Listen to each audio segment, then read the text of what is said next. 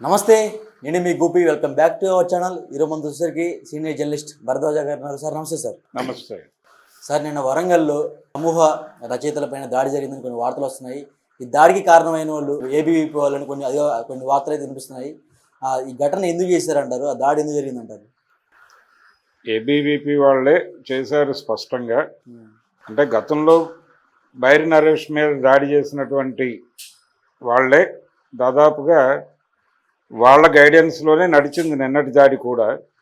Kakatiya university వేదికగా జరిగినటువంటి ఒక సమావేశం. లౌకికవాద రచయితల లౌకికవాదాన్ని ప్రమోట్ చేయటం కోసం భారతదేశంలో భిన్న మతాలు ఉన్నాయి. ఇక్కడ ఈ భిన్న మతాల మధ్య ఒక ప్రజాస్వామిక వాతావరణం ఉండాలి అని కోరుకుంటున్నటువంటి రచయితలు సమావేశం అయ్యారు. అక్కడ సమావేశం అయ్యి ఈ అభిప్రాయాన్ని ప్రమోట్ చేయడానికి ఏం చేయాలి అనేది మాట్లాడుకోవడం కోసం వాళ్ళు అక్కడ సమావేశం అయ్యారు. అందులో భాగంగా అనేక అంశాలు చర్చలోకి వచ్చినాయి. అందులో రామాయణానికి సంబంధించిన అంశాలు కూడా ఉన్నాయి.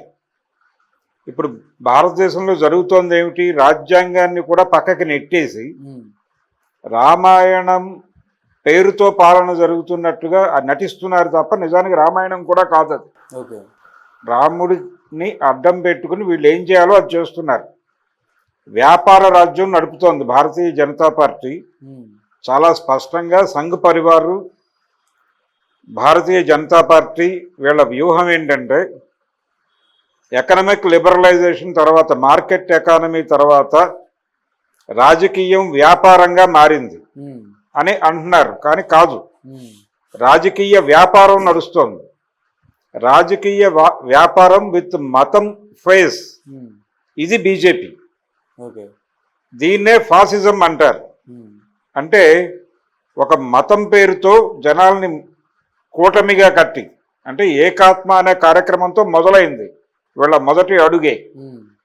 ఏకాత్మ అంటే ఒక ఆత్మ చేయటం, హిందువులందరినీ ఒక ఆత్మ చెయ్యాలి అని 80ల్లో అద్వానీ గారు రథయాత్ర చేశాడు ప్రపంచం మీద. దేశం అంతా తిరిగాడు ఆయన. ప్రతి ఊరు వెళ్ళి హిందూ మతం ప్రమాదంలో ఉంది, హిందూ మతం ప్రమాదంలో ఉంది అని చెవుల్లో జోరీగలాగా గోల చేశాడు.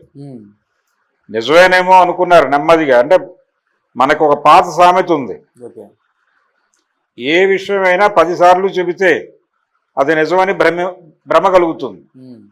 ఆ భ్రమ కలిగించే ప్రయత్నం ఆయన చేశాడు. తర్వాత ఇదే మన సిద్ధాంతం అనుకుని ఈ భ్రమలు కల్పించడమే సిద్ధాంతంగా భారతీయ జనతా పార్టీ బతుకుతోంది.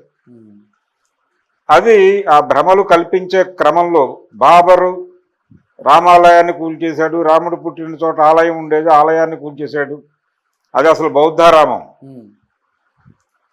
దాన్ని రామాలయంగా మాట్లాడి అక్కడ ఏదో దారుణం జరిగిపోయిందని ఒక భ్రమ కలిగించి, ఆ భ్రమ మాటున్న దేశం అందరినీ మేల్కొలిపి, వాళ్ళ భాషలు వాళ్ళకు అనుగుణంగా మేల్కొలిపి కరసేవలు చేయించి, శిలాన్యాసులు చేయించి, వీళ్ళందరినీ పిచ్చోళ్ళం చేసి తమ వెనక కూడగట్టుకుని, ఇంతమంది మా వెనకాలన్నారు, మేము ఏది చెప్తే అది వింటారు, వీళ్ళందరినీ రోబోల కింద మారుస్తున్నారు. రాముడి పేరు చెప్పి రోబో తయారీ కేంద్రం పెట్టారు. ఆ రోబో తయారీకి వ్యతిరేకంగా ప్రత్యామ్నాయ ఆలోచనలు ఎవరు చెప్పినా వాళ్ళని కొడతారు.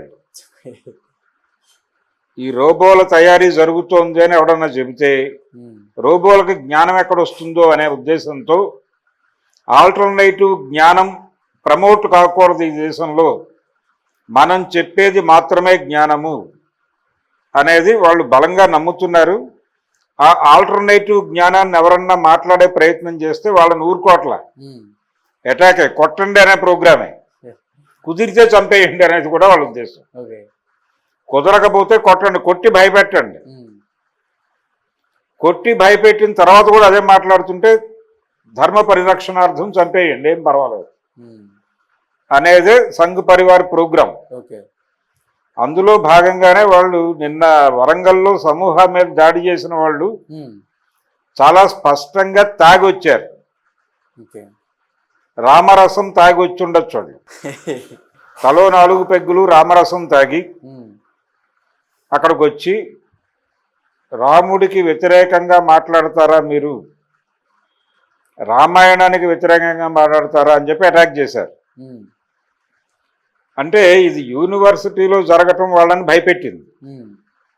యూనివర్సిటీలో ఎందుకు జరుగుతోంది, యూనివర్సిటీ కాకతీయ యూనివర్సిటీ మీద ఆల్రెడీ ఎర్ర యూనివర్సిటీ అనేటువంటి ఒక స్టాంప్ ఉండేది గతంలో. లెఫ్ట్ కంట్రోల్లో ఉండేది యూనివర్సిటీ. ఆ రోజుల్లో ఏబీవీపీ మైనారిటీ. ఉస్మానియాలో కూడా లెఫ్ట్ మెజారిటీగా ఉన్న రోజుల్లో జార్జ్ రెడ్డిని కాన్సన్ట్రేట్ చేసి చంపినది ఏబీవీపీ వాళ్ళే. ఏబీవీపీ గుండాలే చంపారు ఆయన. ప్రత్యామ్నాయ ఆలోచనని యూనివర్సిటీలో ప్రమోట్ చేసే ప్రయత్నం చేస్తున్నాడు అనే ఉద్దేశంతోనే చంపారు ఆయన. అదే ఉద్దేశం అంటే ఇప్పుడు ఎర్ర రాజకీయాల చేతుల్లో నుంచి కాషాయ రాజకీయాల్లోకి మారింది కాకతీయ విశ్వవిద్యాలయం. ఈ మార్పుకు వెనకాల లిబరలైజేషన్ ఉంది, మార్కెట్ ఎకానమీ ఉంది. ఈ మార్కెట్ ఎకానమీ రాజకీయాలని తనకి అనుగుణంగా మలుచుకోవడంలో హిందుత్వ సక్సెస్ అయింది. సక్సెస్ అయ్యి రాజకీయ వ్యాపారం విత్ మతం ఫేస్ అనేటువంటి ఒక కొత్త కాన్సెప్ట్తో వీళ్ళు ప్రపంచాన్ని తినేయడం మొదలుపెట్టారు. ఈ రోజున పోర్ట్లు, ఎయిర్పోర్ట్లు మొత్తం అదానీ చేతుల్లో ఉన్నాయి. దేశంలోకి ఏది రావాలన్నా ఏది పోవాలన్నా అదానీ చెప్పు చేతల్లో ఉంది. బీజేపీ చెప్తే తప్ప ఈ దేశంలోకి ఏది రాదు. గంజాయి వ్యాపారం కూడా, అంటే డ్రగ్ బిజినెస్ కూడా వాళ్ళే చేస్తున్నారు నిర్మోహమాటంగా. భారతీయ జనతా పార్టీ ప్రధాన ఆదాయ వనరు డ్రగ్ బిజినెస్. ఈ దేశపు యువతకి డ్రగ్స్ అమ్మి డబ్బులు చేసుకుంటున్నారు వాళ్ళు. ఇది ప్రోగ్రాం. రామాయణంలో రాముడికి గుహుడు వచ్చి, ఒక వేగు వచ్చి చెప్తాడు, అయ్యా సీతమ్మ వారి గురించి ఫలానా వాడు ఇలా మాట్లాడాడు వ్యతిరేకంగా. అంటే అంతకాలం పరాయి పంచన ఉన్నటువంటి, అంటే అతని భార్య వేరే చోట నుంచి వస్తుంది. నువ్వు ఇంతకాలం పరాయి పంచన ఉన్నావు, నిన్నెలా నేను ఇంట్లోకి రారిస్తాను, నేనేమన్నా రాముడు అనుకుంటున్నావా? అంతకాలం పరాయి పంచన ఉన్నటువంటి సీతను తీసుకొచ్చి పట్టాభిషేకం చేసుకున్నాడు, నేను రాముణ్ణి కాదు, నేను అలా చేయను అంటాడు. ఇలా అన్నాడు అనే విషయాన్ని ఒక గూఢచారి విని వెళ్ళి రాముడికి చెప్తాడు. రాముడు వెంటనే తన మంత్రుల్ని సమావేశపరిచి, ఇలా మన ప్రజలలో ఒకడు అభిప్రాయపడ్డాడు, ఇప్పుడు నేనేం చేయాలి అంటే దాన్ని ప్రజాభిప్రాయంగానే చూస్తాడు తప్ప అన్ని చంపేయాలనుకోడు. అదే అప్పుడు ఆర్ఎస్ఎస్ ఉంటే, అప్పుడు సంఘ్ పరివార్ ఉంటే, అప్పుడు భారతీయ జనతా పార్టీ ఉంటే ఆయన చంపేసేవాడు ఆ క్షణమే. ఉత్తర క్షణంలో తెప్పడు అని మన వాళ్ళు చెప్తారు. ఇంకో క్యారెక్టర్ అయి ఉండొచ్చు అకార్డింగ్ టు రామాయణం. ఎవరైతే అసలు ఉత్తర రామాయణమే కల్పనం అని మాట్లాడతారు ఇప్పుడు. అంటే ఇప్పుడు వీళ్ళ గొప్పతనం ఏంటంటే, ఏ అంశాలనైతే అవతల వాళ్ళు క్రిటిసైజ్ చేస్తారో దానికి సమాధానాలు చెప్పలేని పరిస్థితి వస్తుందో వాళ్ళకి, ఇవి ప్రక్షిప్తాలు అని మాట్లాడతారు. అది ఇది వాల్మీకి రామాయణంలో లేదు అని మాట్లాడటం అనేది ఒక టెక్నిక్. కానీ ఒక వేగు ద్వారా సమాచారం అంది సీతమ్మ వారిని పంపించేశాడు అనేది ఎస్టాబ్లిష్డ్ ఫ్యాక్ట్. అంత డెమోక్రటిక్గా రాముడు వ్యవహరిస్తే రామభక్తులు అని చెప్పుకునేవాళ్ళు చంపేసే లెవెల్కి వెళ్ళారంటే వీళ్ళ ప్రోగ్రాం రామాయణం కాదు. రాముడి పేరుతో ఈ దేశంలో ఉన్నటువంటి హిందువుల్ని ఒక్కటి చేసి వాళ్ళందరినీ తమ వెనకాల నిలబెట్టి, మా వెనకాల ఇంతమంది ఉన్నారు అని చెప్పి కార్పొరేట్ శక్తులను ఆహ్వానించి, కార్పొరేట్ శక్తులకు ఈ దేశాన్ని ఇచ్చేసి ఈ వెనకాలన్న మందతో వాళ్ళకి ఊడిగం చేయిస్తారు. ఇది ప్రోగ్రాం. ఈ పని చేయటం కోసమే భారతీయ జనతా పార్టీ ఉంది. రాజకీయ వ్యాపారం విత్ మతం ఫేస్, విత్ హిందూ మతం ఫేస్ పెట్టుకుని రాజకీయ వ్యాపారం చేస్తున్నాడు మోడీ కావచ్చు, అమిత్ షా కావచ్చు, ఎవరైనా కావచ్చు.